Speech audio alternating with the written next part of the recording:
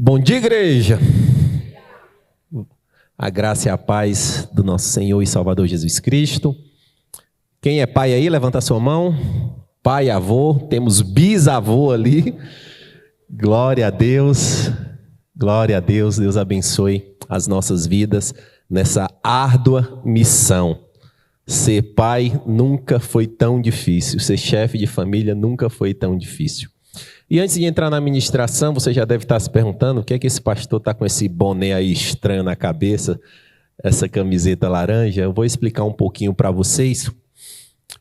No último final de semana, nós, com alguns homens da igreja, nós subimos novamente a montanha, de quinta a domingo, num projeto interdenominacional, que é uma palavra difícil, chamado Legendários. Temos 2 já legendários aí, levanta a mão, que subiram as montanhas, homens de Deus que aceitaram esse desafio. E no culto das 11, nós vamos apresentar todo esse grupo para a igreja. E o que é esse tal de Legendário? Legendário é um projeto que surgiu no coração do Senhor, na Guatemala, um país minúsculo,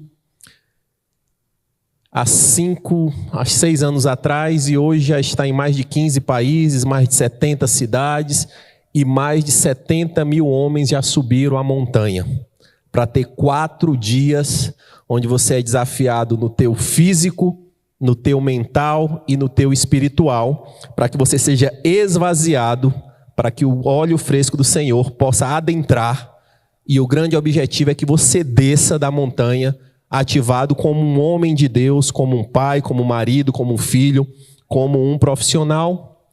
E por que essa intencionalidade com os homens?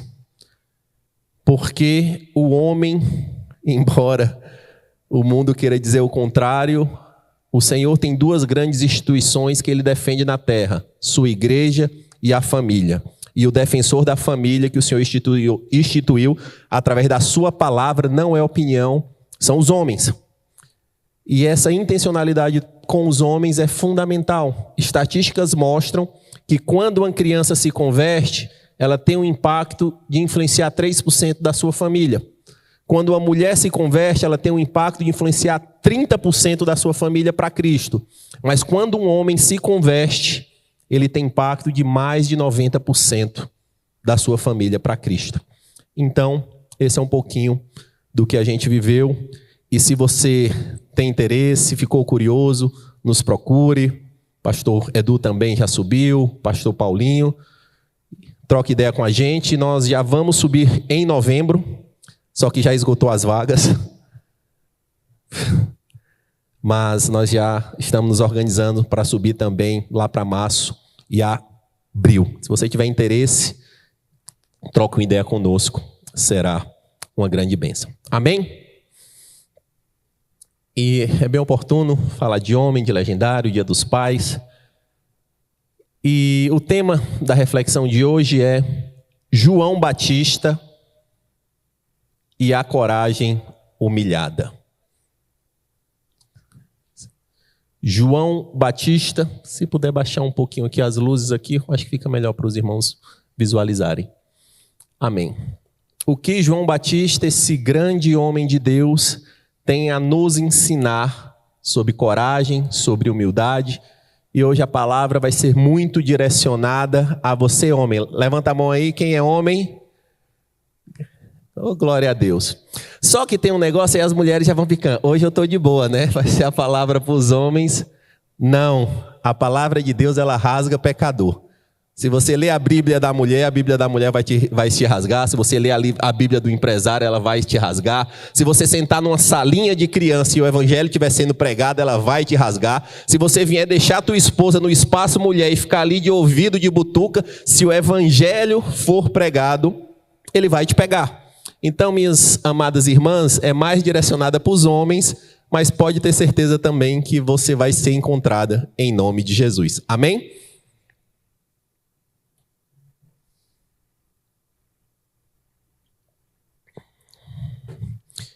E eu particularmente gosto de adentrar e mergulhar na vida de homens de Deus, pessoas reais que tiveram problemas reais e que têm muito a nos ensinar.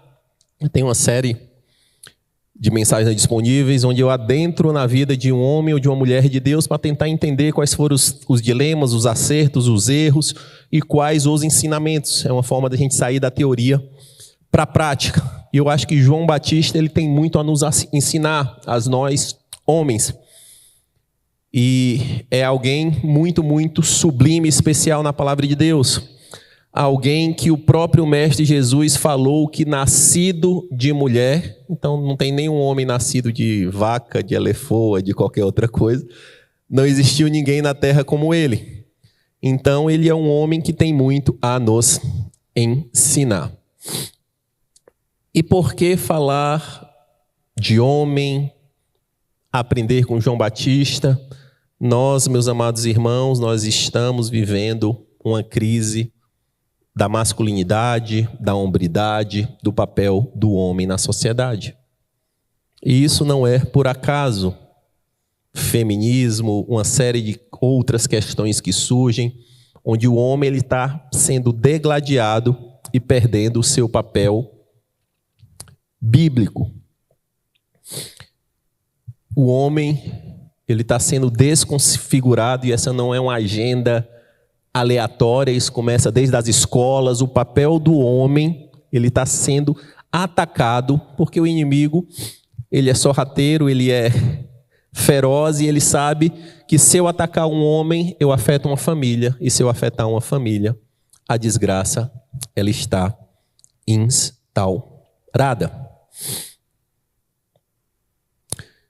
Uma simples estatística, meus amados irmãos e irmãs, para constatar esse caos familiar gerado por nós, onde nós homens temos que assumir o nosso papel e nossa responsabilidade em nossas famílias. Hoje no Brasil, 50% das famílias são lideradas por mulheres. Não é porque são lideradas porque eu fiz uma votação e eu liderei. Não, é porque o homem sumiu da família. Eu abandonei a família. O homem abandonou a família. Então, metade das famílias brasileiras são lideradas por mulheres que estão numa função que elas não foram designadas para tal. Dos outros 50 que sobra, o negócio também não está resolvido não. Porque você tem uma ausência de homem e outra, a presença omissa. Onde o homem está lá não cumprindo o seu papel de homem de Deus. Cumprindo o papel de borra-botas, de veste-calça, de qualquer coisa, menos do homem bíblico. Então, você tem aí uma pequena parcela da população que efetivamente tem um homem cumprindo o seu papel de homem, marido, pai, esposo, sacerdote do lar.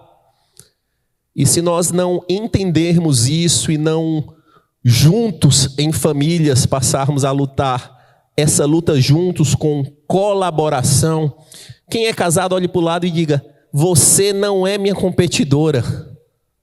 Nós não competimos. Nós estamos no mesmo time. Parece engraçado, parece hilário, mas nós estamos vivendo num mundo onde eu e a esposa, o marido e a esposa são competidores. Misericórdia, misericórdia. Todos juntos temos que lutar essa guerra. Um outro problema, nós temos a ausência, nós temos a omissão, e nós temos um outro grande problema da nossa geração, que é a orfandade de diversas formas.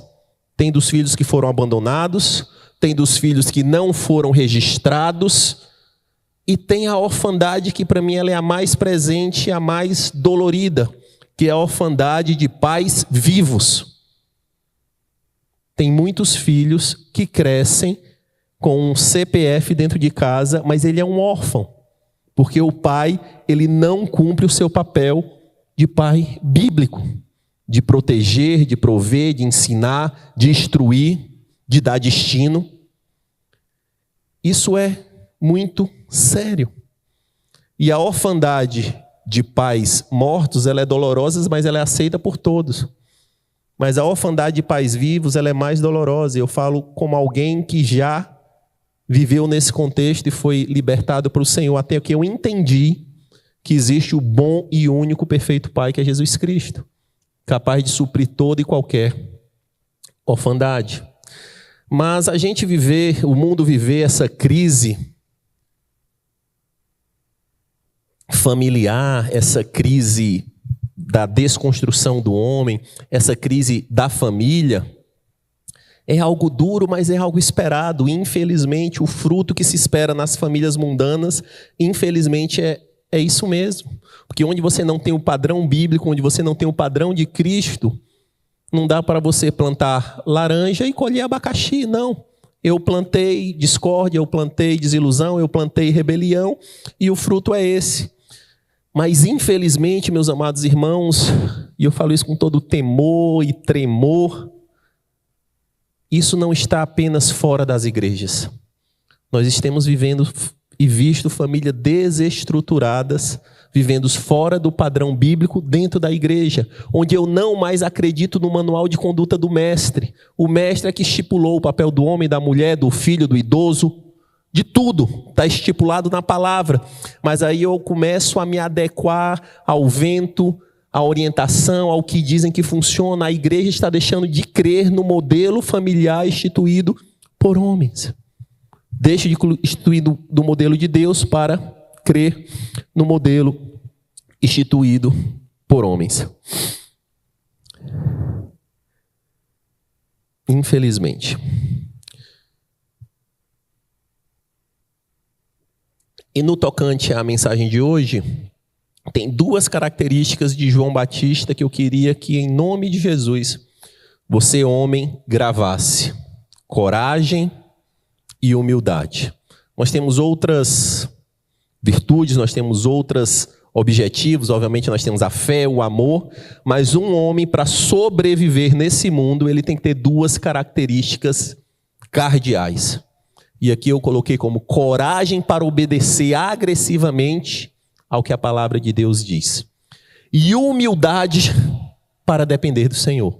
De um lado eu sou corajoso para cumprir o meu papel, e do outro eu sou humilhado o suficiente para dizer: Senhor, eu vou até aqui. Eu não me ensoberbeço. Eu preciso de Ti na minha família. E no aspecto da vida de João Batista, eu fiz um racional aqui, que nós vamos nos debruçar nessas 4 fases da vida dele. Propósito, mais coragem, mais humildade, igual a legado.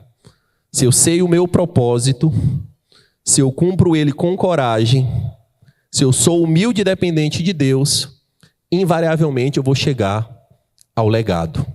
E aqui o legado não é o legado que o mundo diz, é a conquista cristã da glória perante o nosso Senhor. Amém? Contextualizando um pouco de quem foi João Batista, porque esse homem tem muito nos ensinar. 400 anos de silêncio profético. Chegou um momento que o Senhor silenciou por 400 anos. E a gente passa por esses textos bíblicos. 400 anos de silêncio profético. Algo normal? Não, o Brasil tem 500 e poucos anos, gente. Então, quase o tempo que o Brasil foi descoberto, o Senhor parou de falar com Israel. E aí vem um anjo do Senhor, aparece para Zacarias e Isabel e dá uma promessa que viria ali um homem que seria a voz que clamaria no deserto. E esse menino nasce e ele começa a pregar o batismo do arrependimento. E ali ele se torna um profeta, se torna alguém que confrontava o pecado e multidões vinham, se arrependiam. E o que eu acho maravilhoso de João Batista é que ele chegou a ser comparado com Elias, porque o Elias foi aquele que nem morreu, ele ascendeu aos céus e muitos falam: pô, esse cara aqui é o novo Elias. Mas o que é interessante de João Batista é que ele evangelizava sem ter o evangelho instituído ainda. Porque ele pregava o arrependimento antes de Jesus Cristo ter vindo e morrido na cruz, para que a gente entendesse que teria que ter a remissão dos pecados. Ele batizava antes da grande comissão, de ir de fazer de discípulos, batizando em nome do Pai, do Filho e do Espírito Santo. Ele tinha seguidores antes do Twitter, da rede social. Então, assim, ele foi um homem muito, muito impactante para aquela geração. E morreu como todo grande homem de Deus. Sem virtude, glória, dinheiro, status, fama, poder, mas morreu com um legado. Morreu cravando a história, morreu pelo que era certo, decapitado por denunciar o pecado de um líder político da época que casou com a esposa do seu irmão. E dentro da vida de João Batista eu separei 10 pontos, 10 tópicos para a gente nos debruçar no tocante a ele. O primeiro deles é nós temos que entender o propósito. Nós podemos verificar o propósito de João Batista em Lucas 1,15. Isso o anjo falando ao seu pai, Zacarias. Pois será grande aos olhos do Senhor. Ele nunca tomará vinho nem bebida fermentada, e será cheio do Espírito Santo, desde antes do nascimento. Lá no verso 76 do mesmo capítulo, vai dizer, e aqui já o seu pai, quando ele nasceu, e você, menino, será chamado profeta do Altíssimo, pois irá diante do Senhor para lhe pregar o caminho. E o que é propósito? O propósito é o porquê. O porquê nós estamos aqui nessa terra, gente. E João Batista, ele tinha muito claro o porquê dele. Ele foi alguém que foi escolhido desde o ventre da sua mãe e foi cheio do Espírito Santo muito mesmo antes de nascer. Lembramos que aqui ele vivia numa época onde o Espírito Santo ele não estava em nós ainda, mas ele foi escolhido dessa forma. E ali o seu pai, que foi cético no início, depois ele disse, não, você vai ser aquela voz que clama do deserto, você vai ser o cumprimento da profecia de Isaías, aquele que vai ser o precursor, aquele que vai preparar o caminho para o nosso mestre. E você, meu amado irmão, meu amado marido, pai, por que você está aqui nessa terra? Você não está aqui para ser feliz, você não está aqui para ter um cargo, você não está aqui para satisfazer suas próprias vontades, você não é a evolução do macaco. Então, assim, ainda tem gente acreditando nisso. Não? Então, o fim da picada para a proposta é se você acreditar que você é a evolução do macaco. Se você acreditar que é a evolução do macaco, meu amigo, é o fim da picada. É nascer, morrer, comer banana e acabou e já era. Mas se você acreditou que você é um homem de Deus, criado por Deus, eu estou aqui e pergunto por que eu estou nessa terra. Isso vale para homem e mulher, para qualquer pessoa na terra. Nós estamos aqui nessa jornada terrena para conhecer a Deus e fazê-lo conhecido. E se aprimorar no caráter do seu Filho Jesus.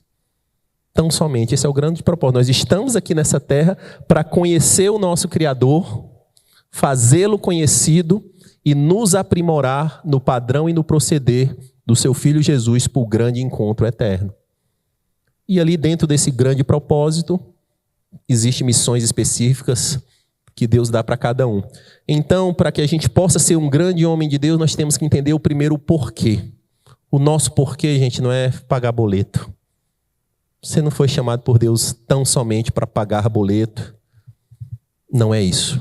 É muito mais do que isso.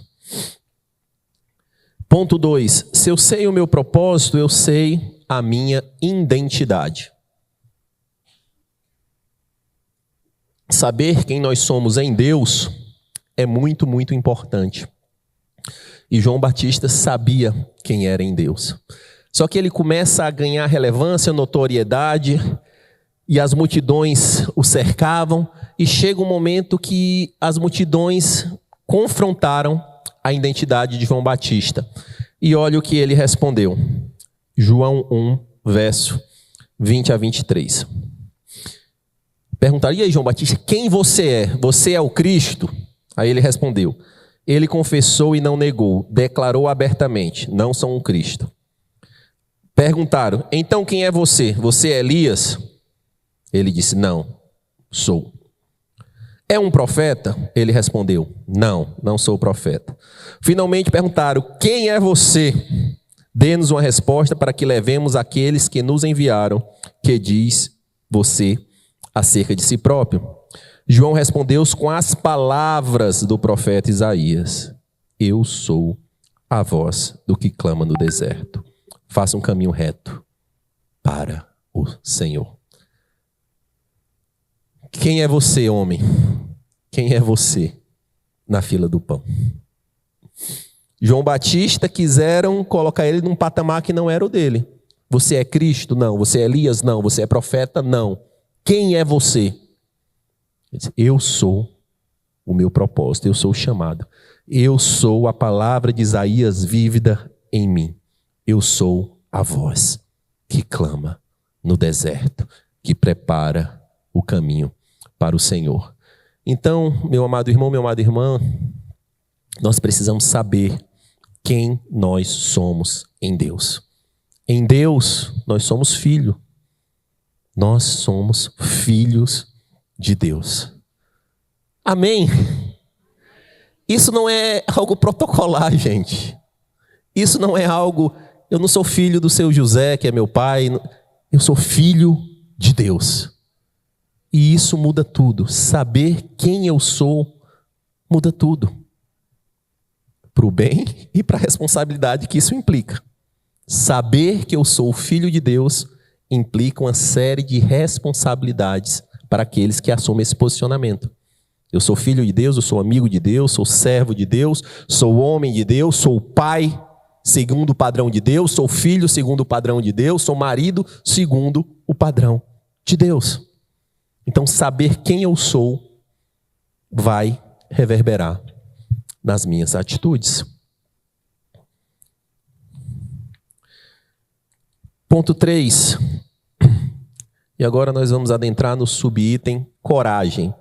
E quando eu falo coragem, vamos gravar que está sempre relacionado a coragem para obedecer. Não vai chegar em casa batendo na mesa, o pastor pregou para mim ser corajoso. Pô! Não. Zé, não é isso. A coragem bíblica não tem nada a ver com bravura, com tom de voz, com a sua barba ou falta de barba, com o seu músculo ou falta de músculo, com a sua idade ou falta de idade. A coragem bíblica é algo que o Senhor gera em nós. E ela é conquistada de joelhos. De joelhos, seguindo o seu padrão. Nós temos que entender que a coragem é uma virtude do Senhor. E quando eu penso sobre o tema coragem bíblica, eu gosto muito do exemplo de Josué. Josué era um grandiosíssimo general, exímio, guerreiro, passou por todo tipo de batalha que se poderia imaginar. E na transição de Moisés para Josué, o Senhor chega para Josué e diz, ser forte e corajoso. Ele era covarde? Não. Não é sobre bravura, não é sobre a masculinidade que estava em jogo. Ser forte e corajoso para ser um homem de Deus como Moisés foi. Cumprindo tudo que está estabelecido. Winston Churchill, sobre coragem, ele que foi uma figura determinante no rumo da Segunda Guerra contra o Hitler, ele fala que a coragem é a primeira das virtudes, porque ela permite que as outras apareçam. Se você é corajoso, você vai permitir que as virtudes apareçam. Salomão, quando ele estava assumindo ali o trono de Davi, o Senhor falou para ele também. E Salomão não ia enfrentar a guerra, porque ele teve período de paz. Ser forte e corajoso e mãos ao trabalho. Então nós temos que entender que para ser um homem de Deus, um homem bíblico, nós precisamos resgatar a coragem. Que não tem nada a ver com bravura ou valentia. Não tem nada a ver com os homens que estão aí nos noticiários agredindo mulher. Não é sobre isso. Não tem nada a ver com os covardes que estão, muitas vezes, pegando outros homens pelas costas, ou que você vê nos vídeos de torcida organizada. Coragem para um homem é você se curvar de joelho e assumir o propósito de Deus para a sua vida. Isso é coragem. Isso é para cabra macho. Porque é antinatural. É totalmente antinatural. E de João Batista, eu elenquei alguns itens de coragem. A primeira coragem que ele nos ensina é a coragem para ser diferente. Mateus 3,4. As roupas de João eram feitas de pelo de camelo e ele usava um cinto de couro na cintura. O seu alimento era gafanhotos e mel silvestre. Aqui, gente, eu não estou querendo mudar a sua vestimenta, não estou querendo mudar a sua dieta. Mas nós temos que entender que existe um princípio de João Batista. João Batista, ele era o que ele era e ponto. Ele não estava muito pouco preocupado em satisfazer o sistema, em acompanhar a nova modinha e ser bem quisto por esse ou por aquele. Esse é o meu chamado, esse é o que eu sou e ponto. Mas ele era um diferentão. Ele era um contra-cultura. Ele era alguém que onde ele passava, não tinha como o ambiente ficar a mesma coisa. Porque ele era alguém que se posicionava quem ele era. E a pergunta que eu faço para você, homem de Deus, nessa manhã é: você é diferente? Ou você é o igual no meio dos iguais? Se você é um homem de Deus e vive no mundo e não sofre o incômodo de ser diferente, tem algo errado. Porque a conversa com prevaricação vai surgir, qual é o teu posicionamento? A negociata errada vai aparecer, qual é o teu posicionamento? A cada dia, a cada momento, muitas situações vão colocar, e se você estiver muito confortável nisso, o Senhor diz que não existe harmonia entre luz e trevas. Então, ser um homem de Deus, nós temos que ter a coragem para ser, tem um pastor que gosta de brincar, um homem de Deus, ele é quase um mico-leão dourado. Ele é um ser em extinção. Mas é bem por aí. Você ser um homem de Deus, hétero, monogâmico, pró-família, obedecendo a palavra de Deus, cumprindo o seu papel, respeitando a sua esposa, você é um extraterrestre, você é um alienígena. Onde você anda? Pelo menos é para ser assim. Pelo menos é para ser assim. E se nós estamos muito confortáveis, muito adeptos, muito todo mundo me ama do mundo, muito está muito legal, participo de tudo, faço tudo, um ponto de atenção. Então nós temos que ter, sim, coragem para ser diferente. Ponto 4. Coragem para pregar e testemunhar. Verso 4 do capítulo 1. Assim surgiu João batizando no deserto e pregando um batismo de arrependimento para o perdão dos pecados. Ele foi uma voz profética que clamou do deserto e anunciou e confrontou o pecado e se posicionou e pregou. E a grande pergunta que fica é: temos pregado? Temos testemunhado? Ou temos passado não como um sal, não como luz? Temos passado indiferente pelos nossos círculos sociais. Não tinha como conviver com João Batista e não ouvir ele falando: arrependam-se e voltem para Deus. E a pergunta que fica é para você, homem, se você tem pregado e testemunhado, tendo coragem o suficiente para pregar. Coragem não é gritar não, meu amigo. Coragem é você estar ali numa situação desfavorável, o Espírito Santo diz: vai lá, ora por ele. Jesus, não sei o quê. Aí você fica ali: não, vai lá e ora. Mas o que é que vão pensar de mim? Vai lá e ora. Coragem é isso. Posso orar por você? Isso é mais corajoso do que você calçar luvas e ir para um ringue de luta. Coragem é você testemunhar Cristo por onde você anda. Isso é coragem. Ponto 5. Coragem para confrontar o errado. O errado vai ser errado, embora todo ou a grande maioria faça. Pecado vai continuar sendo pecado, embora grande parte ou a grande maioria faça. Porque o padrão é a Bíblia. Se está contrário à Bíblia, é errado, é pecado, ofende o nosso Senhor. E o homem de Deus, ele tem que ter coragem para discernir e confrontar o que é errado. obviamente com todo discernimento e sabedoria. E, inclusive, João Batista fazia isso. Você não via ele confrontando. O grande dilema dele foi o mesmo de Jesus, com os fariseus hipócritas. Mateus 3, 7 e 8. Quando viu que muitos fariseus e saduceus vinham para onde ele estava batizando, disse-lhes: raça de víboras, quem lhes deu a ideia de fugir da ira que se aproxima? Deem fruto que mostrem arrependimento. Aqui ele estava confrontando o errado da religiosidade hipócrita.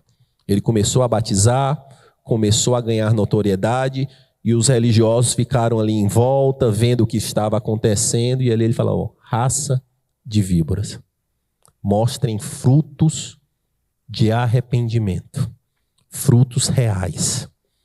E ele segue nesse versículo dizendo: não pensa que o sangue de Abraão que está na linhagem judaica vai te salvar, não. Não pensa nisso. Então ele confrontou a religiosidade e também confrontou o status quo político, onde ele chegou e confrontou o pecado de Herodes, o tetrarca, que havia se casado com a mulher do seu irmão.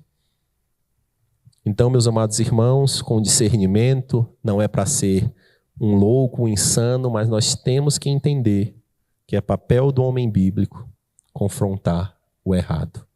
O errado vai ser errado, ponto.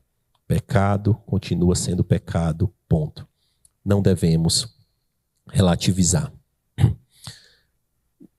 Se eu tenho coragem para confrontar o errado, eu tenho que ter coragem para defender o que é o certo. Lucas 3, 10 a 14. Veio uma multidão querendo uma consultoria grupal, uma mentoria grupal com João Batista. Eram pessoas que estavam se convertendo, eram pessoas que estavam ali se arrependendo, sendo batizados e não sabiam o próximo passo. O que devemos fazer? Perguntaram para João Batista. Me dá aí os 10 passos da prosperidade. Olha o que ele disse. João respondia: quem tem 2 túnicas, repartam com quem não tem nenhuma. E quem tem comida, faça o mesmo. Alguns publicanos também vieram para ser batizados. Eles perguntaram: mestre, o que devemos fazer? Ele respondeu: não cobrem nada além do que é estipulado. Então alguns soldados lhe perguntaram: e nós, o que devemos fazer? Ele respondeu: não pratiquem extorsão, nem acusem ninguém falsamente. Contentem-se com o seu salário. Todo tipo de perfil social estava se convertendo, chegando para João: me dá uma resposta. E a resposta dele não era nada diferente do que os ensinamentos mosaicos, do que os ensinamentos do próprio Deus. Seja misericordioso. Se você tem uma túnica, tem 2 túnicas, dê um para o outro. Se você tem alimento sobrando, seja misericordioso e compartilhe. Aí chegou os publicanos, que eram os corruptos. E para mim, como é que esse evangelho serve para mim? Creia, faça só o que é justo. Não cobre nada além do que é justo. Aí vem os soldados que pensavam que ia ter um outro evangelho para ele. E para mim, eu que sou soldado, o seu problema é com a extorsão. Não pratique a extorsão, viva dignamente, não acuse ninguém falsamente, que você tem o poder de estar ali no ambiente que pode ser alguém que influencia para um julgamento desonesto, e seja grato com o que você tem. E nós, meus amados irmãos, homens, temos que ser essas pessoas. Misericórdia continua sendo padrão, amor continua sendo padrão, justiça continua sendo padrão, gratidão continua sendo padrão, e nós temos que ser essas vozes que clamam, que realmente cumpre esse papel que o Senhor estipulou. E as mulheres: e nós não? Sim, também. Mas o papel de acusar, de morrer, de confrontar ainda é dos homens. Eu não vi historicamente, o mundo tem mais de 2000 anos, nenhuma mulher ser confrontada porque não foi para uma guerra. O homem que não ia para a guerra, quando o pau quebrava, ele era desonrado. Ele era um cara aquém da sociedade. E nós estamos vivendo numa desconstrução da sociedade a um tal nível. Infelizmente, nós estamos vivendo algumas questões de guerra, como todos sabem. E olha o que acontece. O homem que se sente mulher, quando tem um chamado militar, ele diz: eu não quero ir, porque eu me sinto mulher.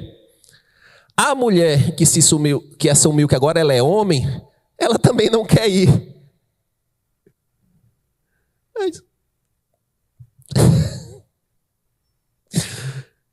É essa loucura, porque eu sinto que eu quero me sentir, mas eu não assumo as responsabilidades para tal.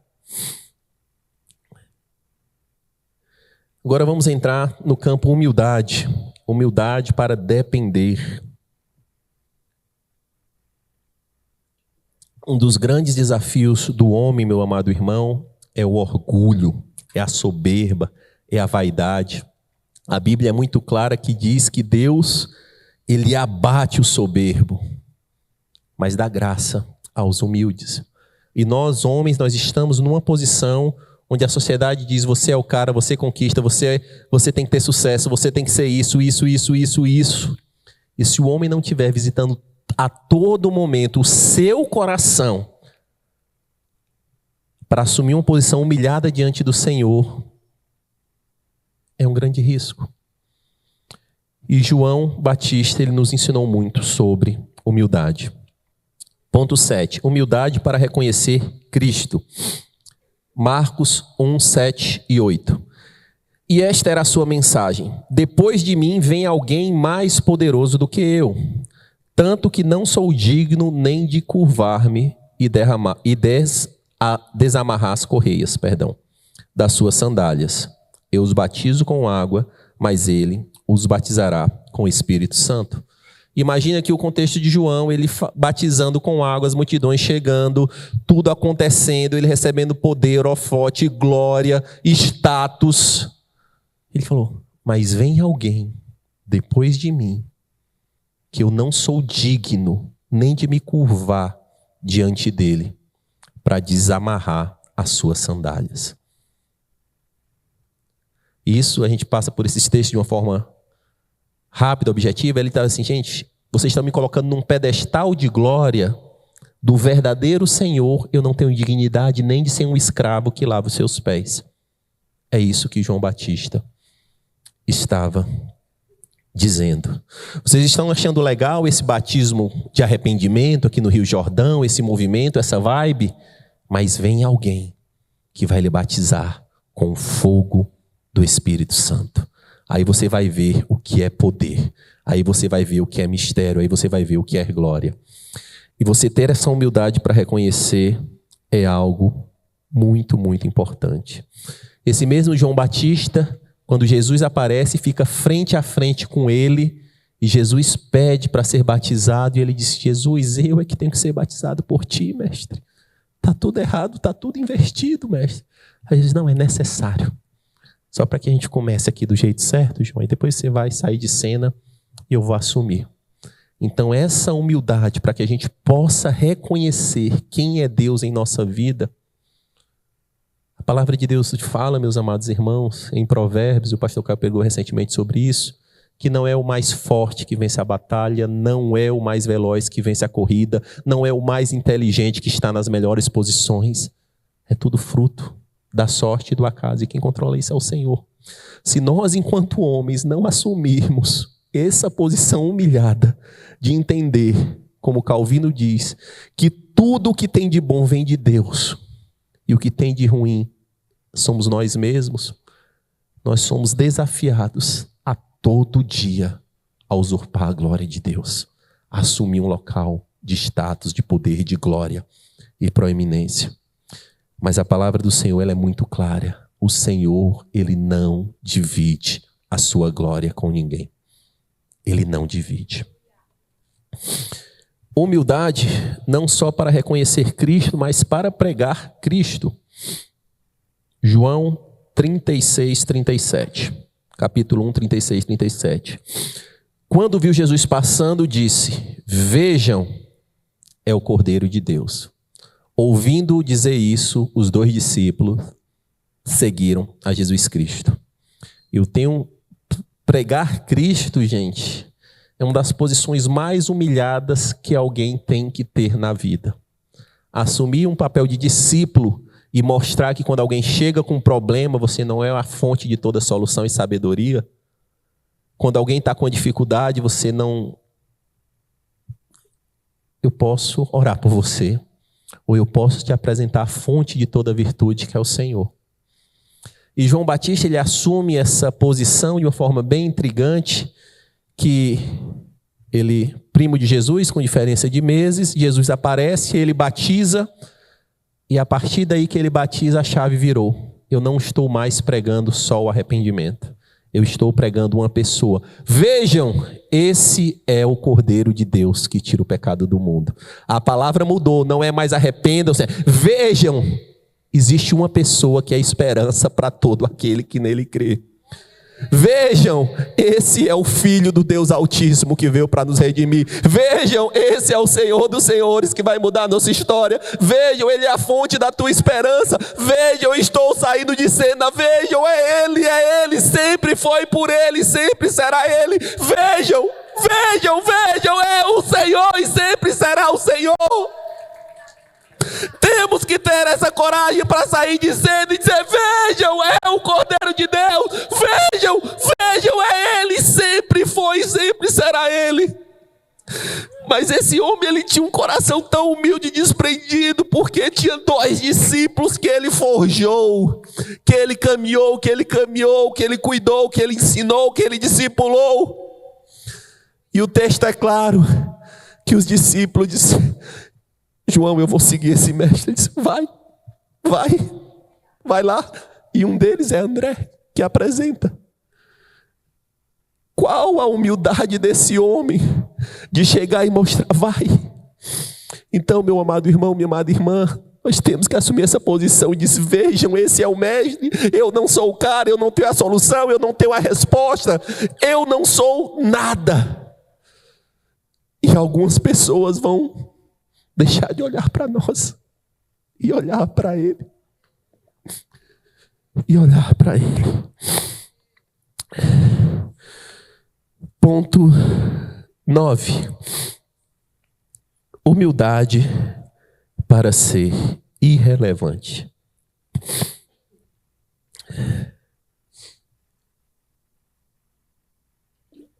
Como assim, Júnior? Ser irrelevante? Obrigado, minha irmã. Obrigado. Como assim ser irrelevante? O Senhor, Ele tem que nos levar a um local de uma humildade tal que a gente assuma um papel de total irrelevância. Isso é totalmente contracultural, isso é totalmente contra o que o mundo diz. E qual é o contexto aqui, meus amados irmãos? João era o cara, tinha todo o ministério, tinha toda a glória. Ele batiza Jesus e chega um momento que os ministérios começam a andar paralelo. João pregando arrependimento para algumas pessoas, Jesus recrutando seus discípulos, fazendo seus primeiros milagres, e chega um momento que ambos estão em locais diferentes batizando. Alguns chegavam para ser batizados por João Batista, outros chegavam para ser batizados por Jesus. Aí chega a língua de Satanás para querer causar intriga. E chega lá para João: João, você está vendo? Aquele lá que você batizou há uns tempos atrás aí. Agora as multidões estão indo atrás dele. Ele está bombando. Ele está... E aqui, João, você não é mais o primeiro lugar, não. Você é male alguma coisa. E olha a coragem do João Batista e a humildade para ser irrelevante. João 3, 29 e 30. A noiva pertence ao noivo. O amigo que presta serviço ao noivo e que o atende e o ouve, enche-se de alegria quando ouve a voz do noivo. Esta é a minha alegria que agora se completa. É necessário que ele cresça e que eu diminua. É necessário, é obrigatório, é condição sine qua non para a sobrevivência de um crente que Jesus cresça e que nós venhamos diminuir. Ali é o momento final onde João assume toda a sua irrelevância, onde ele tira o time de campo e diz: gente, eu fui até aqui, eu preparei o caminho, vocês achavam que tinha alguma virtude em mim, mas agora o noivo, ele assume o seu lugar. Ele assume o seu lugar. E qual é o desafio para nós, homens de Deus? É assumir esse lugar de relevância. Nós não devemos usurpar a noiva do noivo. Já existe um noivo e a noiva é dele. Não devemos fazer que a noiva se apaixone por nós. Mas aí você pode dizer: ah, não, mas eu não sou João Batista, não sou pregador, isso aí é problema de pastor, que as pessoas vão idolatrar ele, ou qualquer líder de célula, ou qualquer líder religioso, e ele vai ter que lutar com esse problema. Não, esse é problema de todos nós.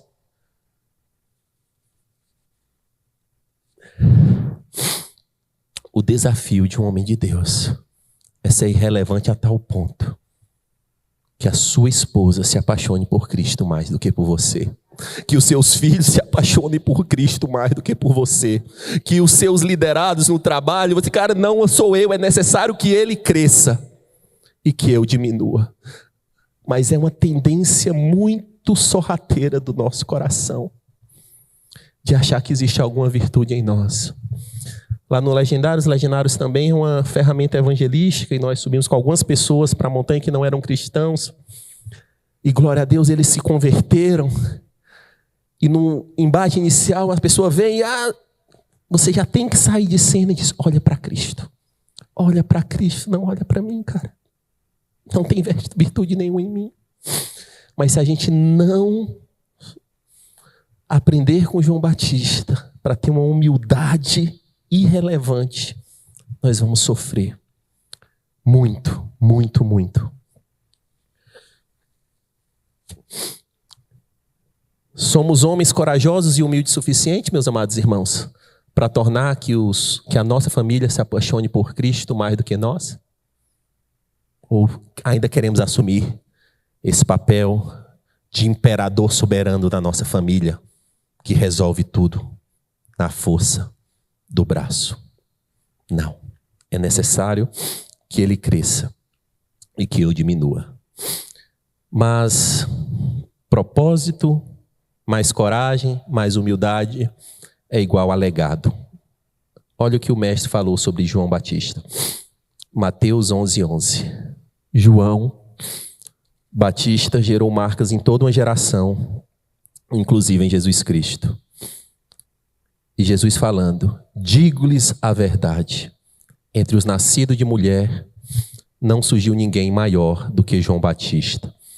Todavia, o menor do reino dos céus é maior do que ele. Mas aqui existe o campo natural e o campo espiritual. Mas no campo terreno não existiu ninguém maior do que João Batista. E antes desses versículos, o Senhor fala que ele era muito mais do que profeta.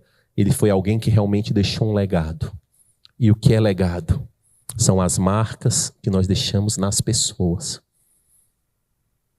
Não é o título, não é o dinheiro. São as marcas que nós deixamos nas pessoas. E João Batista, ele deixou marcas, inclusive, no mestre de toda a virtude, que foi Jesus Cristo.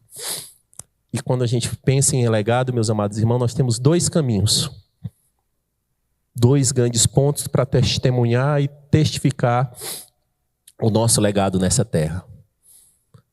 Se não formos arrebatados, se não vivermos a igreja dos últimos dias, a gente morre. Quais as marcas que nós deixamos nas pessoas que ficaram? Quais as virtudes? Quais as sementes? Quais os ensinamentos? O que não é mensurável? O que não é quantificável? O que é que a gente deixou? Essa é a parte 1 do legado. Mas a parte 2 do legado é que todo mundo vai ficar frente a frente com o Senhor de todo o universo para prestar conta de como vivemos nessa terra.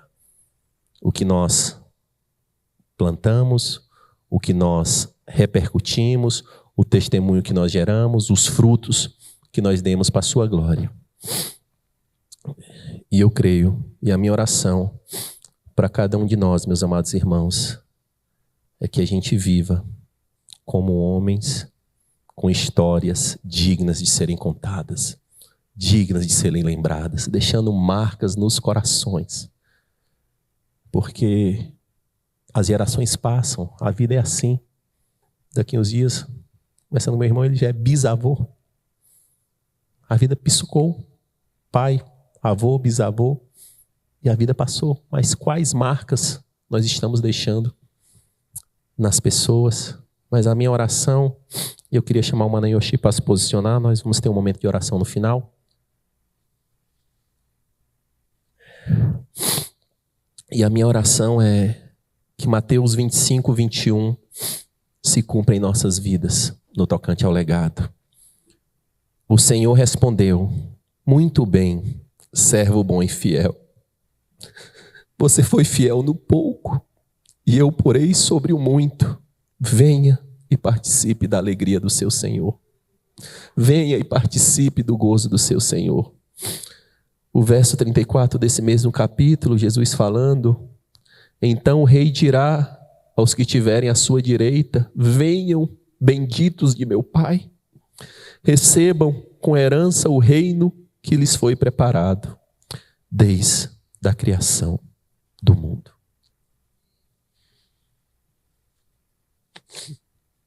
Vamos recapitular um pouquinho do que a gente viu nessa manhã. A gente está caminhando para o final. O primeiro é que nós temos que entender que o homem bíblico, o homem cristão, ele tem que ter coragem para obedecer e humildade para depender de Deus. Temos que entender que João Batista, ele teve uma linha traçada na sua vida muito maravilhosa. Propósito, coragem, humildade, e ele deixou sim um legado. Propósito, coragem, humildade, para assim alcançarmos o legado. E hoje nós falamos sobre 10 pontos. Propósito, temos que saber o porquê nós estamos nessa terra. Identidade, temos que saber quem nós somos em Deus. Temos, como homem de Deus, que ter coragem para ser diferente. Coragem para pregar, para testemunhar. Coragem para confrontar o que é errado. O que é errado é errado, pecado é pecado. Coragem para defender o certo. O certo vai ser certo, porque é o que a palavra de Deus e o que o Senhor estipulou. Humildade para reconhecer Cristo. Humildade para pregar Cristo. Humildade para ser irrelevante. Até que nós possamos alcançar o legado. E para o cristão o legado é a glória eterna. Baixe as luzes, feche a sua cabeça. Feche a sua cabeça, não, baixe sua cabeça, feche seus olhos, perdão. Tem um momento de encontro, de reflexão. Creio que a palavra de Deus foi semeada, foi plantada.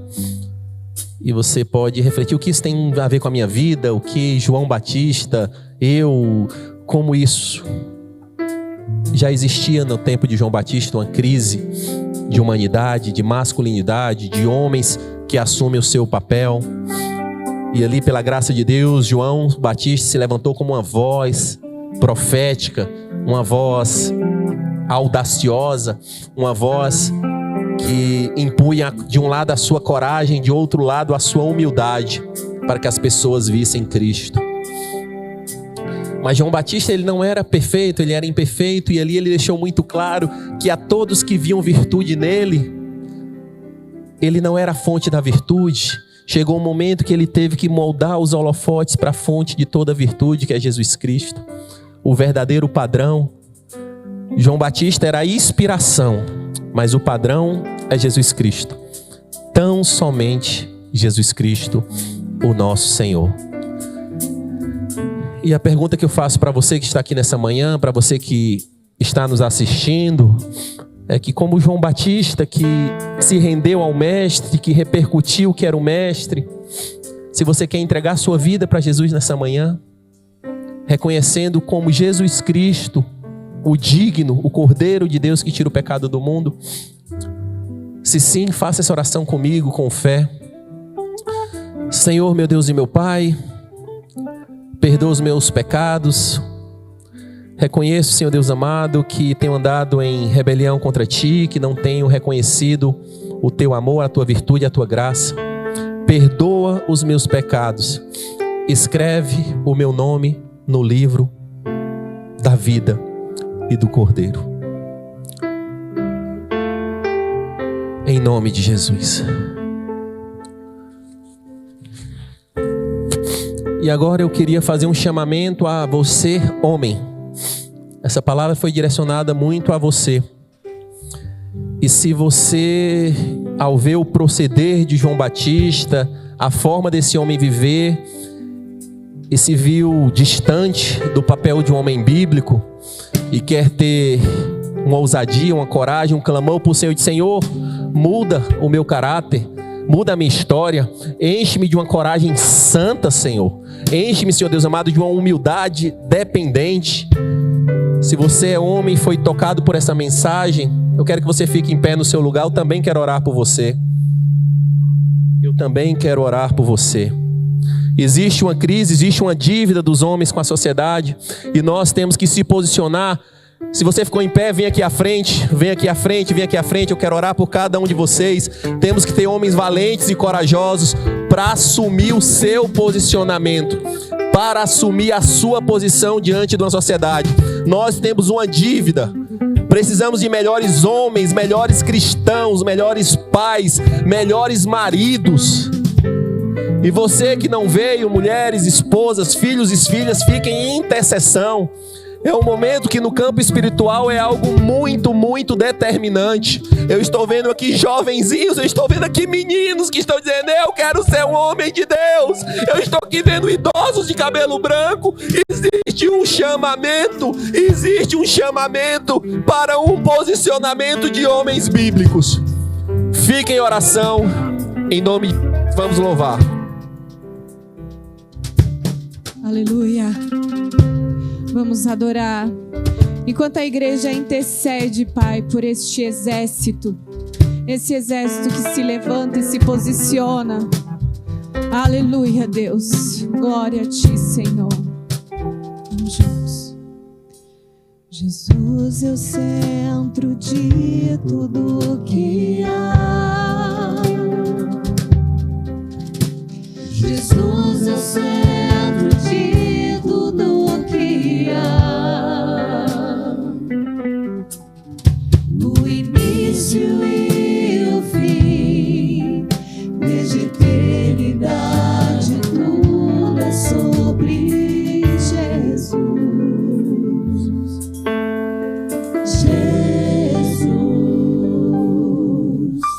Jesus é o centro de tudo que há.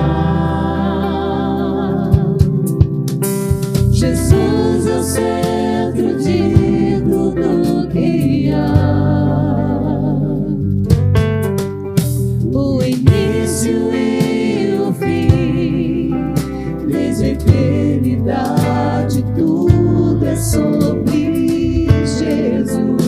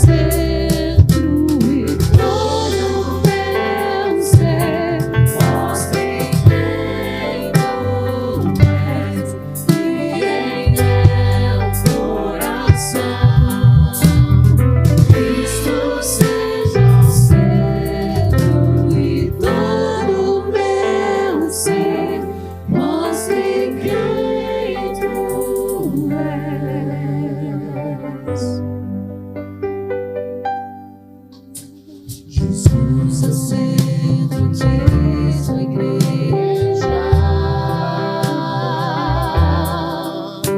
Jesus é o centro de sua igreja.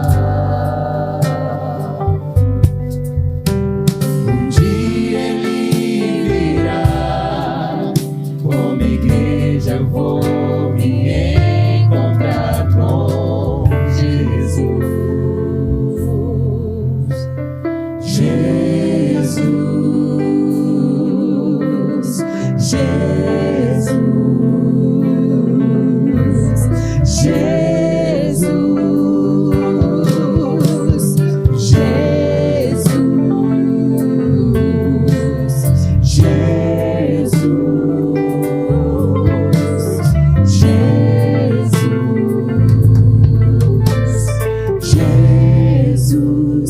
Nada mais importa,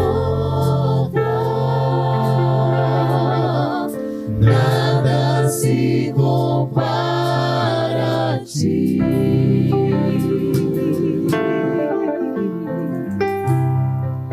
Jesus, tu és o centro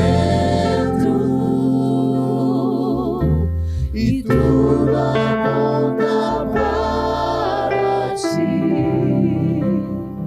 Jesus.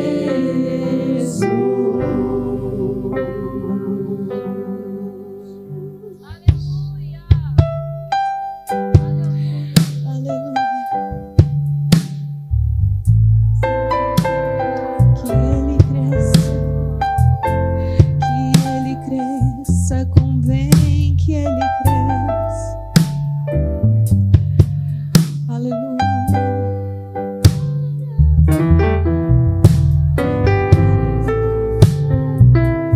Glória a ti, Senhor. Glória, glória.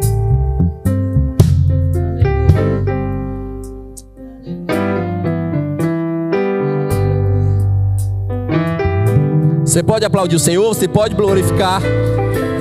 Não foi protocolar, gente. Eu creio que mudanças foram feitas no caráter, na identidade, no posicionamento. Eu creio que famílias receberão novos homens, novos avós, novos pais. Eu creio na palavra de Deus que transforma o velho no novo, o fraco no forte, o medroso no corajoso, o soberbo no humilde. Deus é Deus e sempre será Deus. Erga a sua mão como quem recebe. Estamos encerrando. Louvado seja o teu nome, Senhor. Louvado seja o teu nome, Senhor. Glorificado seja o teu nome. As mulheres assumam o papel de ajudadoras. Assumam o seu papel de mulher bíblica. Não de acusar, não de cobrar, mas de colaborar. Vocês estão no mesmo time e o objetivo de vocês é criar e construir uma família bíblica, uma família santa em nome de Jesus. Que o amor de Deus, fonte de toda virtude, de toda coragem, que a graça de Jesus, o seu Filho, prova viva de toda humildade, e que a comunhão e a consolação do Santo Espírito de Deus, que molda esse caráter de homem bíblico em nós, esteja com você, com a sua casa. Vão na paz, excelente domingo, excelente dia dos pais, em nome de Jesus.